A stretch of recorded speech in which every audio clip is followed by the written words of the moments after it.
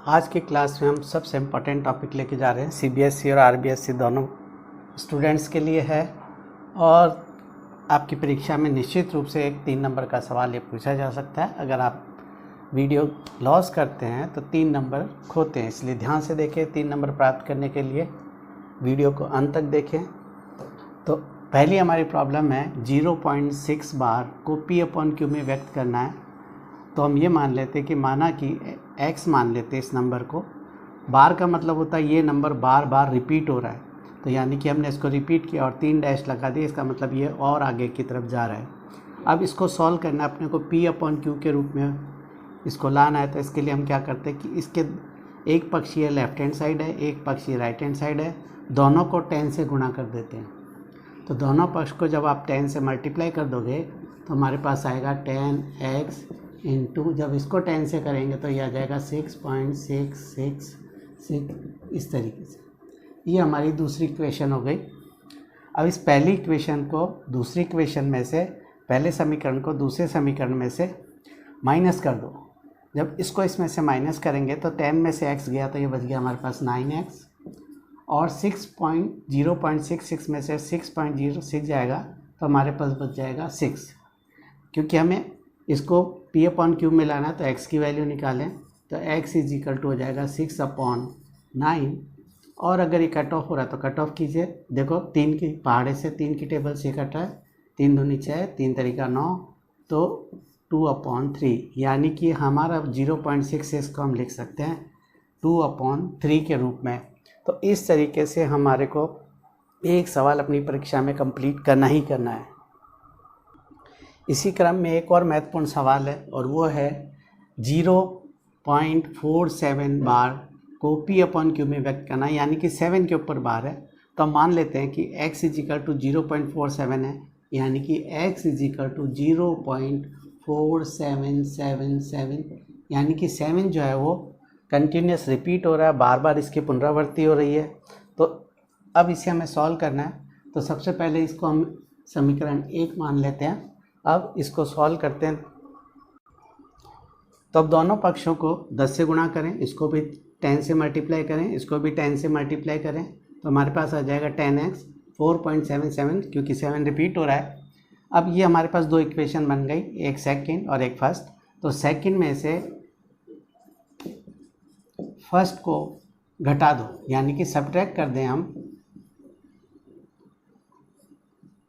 तो जब घटा देंगे तो 10 में से चला जाएगा तो ये हमारे पास बच जाएगा 9x, और 4.7 में से 4.7 घटाएंगे तो ये बचेगा 4.377, यानी कि चलता जाएगा। तो ये हमारे पास नंबर आ गया 9x 4/3। और जब इसे सॉल्व करेंगे तो x की वैल्यू निकालनी, क्योंकि P/Q में लाना है। तो ये 4.3/9 x, अब पॉइंट जब हटाओगे तो ये हो जाएगा 43.19। अब ये नंबर किसी से भी नहीं घट रहा है, तो हमारा जो उत्तर आ जाएगा, हमारा जो आंसर आएगा वो यही आएगा कि 0.47 बार को P/Q के अंदर हम लिख सकते हैं 43/90। तो यही हमारा आंसर होगा।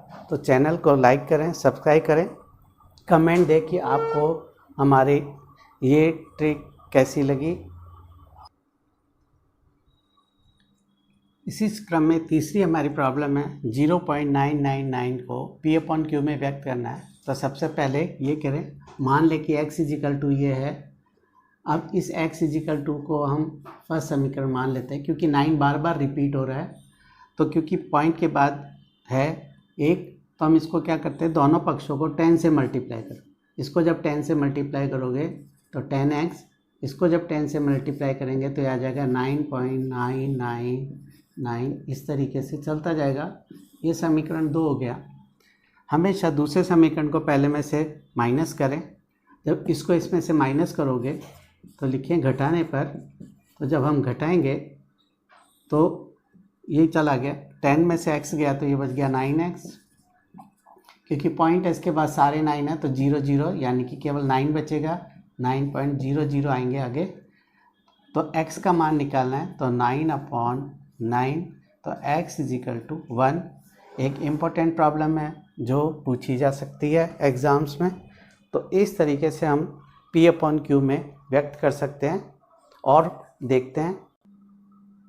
तो फिर एक महत्वपूर्ण सवाल लेके आपके सामने आ रहे हैं और वो है कि 0.2.37 को P/Q के रूप में लिखना है। तो माना कि x = 2.37 है, उसके ऊपर बार है। बार का मतलब ये है कि 373737 बार बार रिपीट हो रहा है। तो हम इसको ऐसे लिख सकते हैं x = 2.373737। इसको हम समीकरण 1 मान लेते हैं। अब हम क्या करें कि सबसे पहले इसको सरल रूप में ले आएँ। तो देखो पॉइंट के बाद कितना है, 2 पे बार है, तो हम इसको लिख सकते हैं x = 2, इसका पॉइंट रिमूव करेंगे तो ये हो जाएगा 37/100। दोनों तरफ क्या करें, 100 से मल्टीप्लाई कर दें, क्रॉस मल्टीप्लाई करो तो देखो क्या आ जाएगा 100 x = 237 और वापस वही रिपीट होता चला जाएगा क्योंकि 3737 वापस रिपीट होगा। ये हमारे पास, हम इसको समीकरण 2 मान लेते हैं। 2 में से 1 को माइनस करो, देखो 100 में से ये x गया तो क्या बचा 99x, और इस 237 में से 2.37 को जब हम माइनस करेंगे तो हमारे पास बच जाएगा 235। ठीक है, अब हमें क्या करना है, P/Q के रूप में लाना है। तो x = 235/99। अब ये देखना है कि ये नंबर किसी से हमारा कट रहा है, कट ऑफ हो रहा है, नहीं हो रहा है। तो हमारा आंसर यही होगा कि हम 2.37 को P/Q के रूप में कैसे लिख सकते हैं, 235/99। तो इस तरीके के सवाल सॉल्व कर सकते हैं पॉइंट हटा के और क्रॉस मल्टीप्लाई करके। तो अपने कमेंट्स दीजिए ताकि हम और इंस्पायर हों आपके कमेंट से और आपको नई नई बातें बताएं। इसी श्रृंखला में एक और महत्वपूर्ण सवाल है, वो है 0.001 को P/Q में व्यक्त करना है। 001 के ऊपर बार है, तो हम ये रखने मान लेते हैं कि x की वैल्यू 0.001 बार है। इसको यानी कि 001 बार बार रिपीट हो रहा है, हुआ फिर हुआ फिर हुआ, इस तरीके से x मान लिया। तो ये हमारा एक समीकरण बन गया। सबसे पहले देखें कि अगर इस पॉइंट को रिमूव करें तो क्या हो जाएगा, हमारे पास आएगा 001/1000। ठीक है, और फिर ये संख्या वापस रिपीट होती चली जाएगी। जब क्रॉस मल्टीप्लाई करोगे तो ये आ जाएगा 1000 x = 1, क्योंकि पॉइंट हट गया, फिर पॉइंट के बाद 001, इसी तरीके से चलता जाएगा। ये समीकरण हम 2 मान लेते हैं। अब इस समीकरण 2 में से इस समीकरण 1 को माइनस कर दीजिए। तो देखो 1000 में से अगर x जाएगा तो हमारे पास बच जाएगा 99x, और जब इसको इसमें से रिमूव करेंगे तो आपके पास जो संख्या बचेगी वो बचेगी केवल 1, क्योंकि 00 में से तो 00 चला गया। तो x = क्या वैल्यू आ जाएगी, 1/999। तो 0.001 को हम P/Q की फॉर्म में किस तरीके से लिख सकते हैं, 1/999, यही आपका आंसर होगा।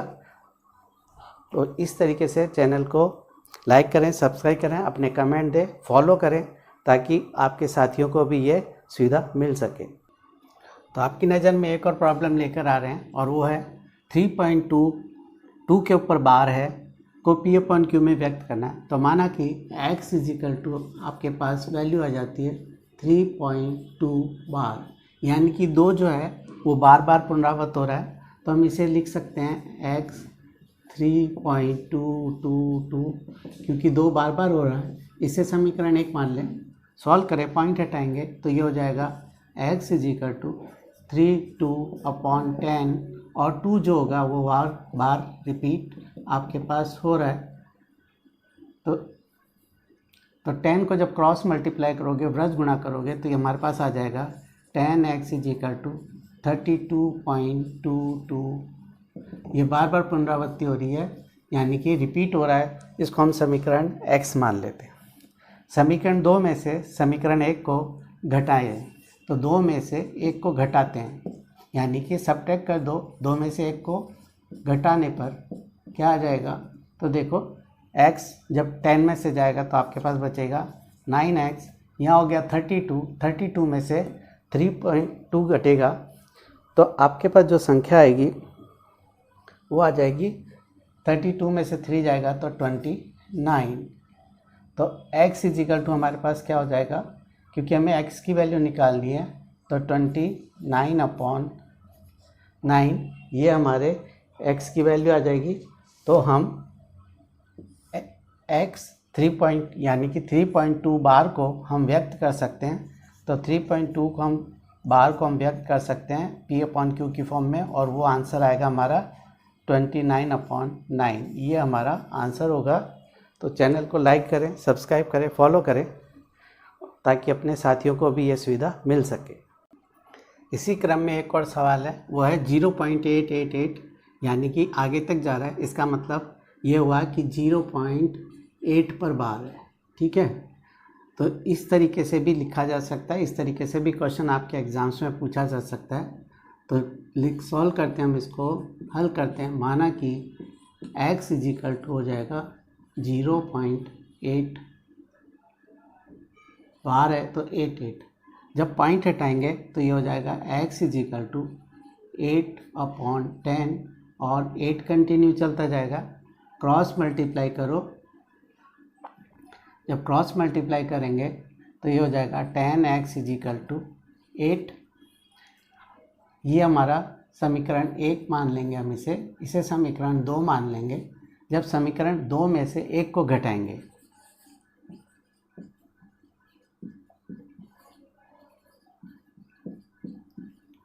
जब 2 में से 1 को घटाओगे तो हमारे पास आ जाएगा 10 में से ये 1 चला गया x, तो ये हमारे पास हो गया 9x, और 8 में से 0.88 गया तो केवल 8 बचेगा, क्योंकि पॉइंट के बाद 8 है, जब 0 0 आ जाएगा तो हमारे पास ये वैल्यू आ जाएगी।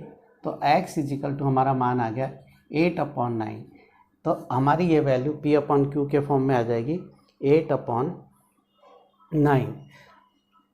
तो इस तरीके से हम P/Q के रूप में व्यक्त कर सकते हैं किसी भी जो कंटिन्यूस सीरीज आ रही है, कंटिन्यूस नंबर जो रिपीट हो रहा है। तो ये सवाल आपके एग्ज़ाम में ज़रूर आने वाला है, तो इस तरीके से सवालों को इस तरीके से सॉल्व कर सकते हैं। तो चैनल को लाइक करें, सब्सक्राइब करें, फॉलो करें, ताकि आपके साथियों को भी फ़ायदा हो सके।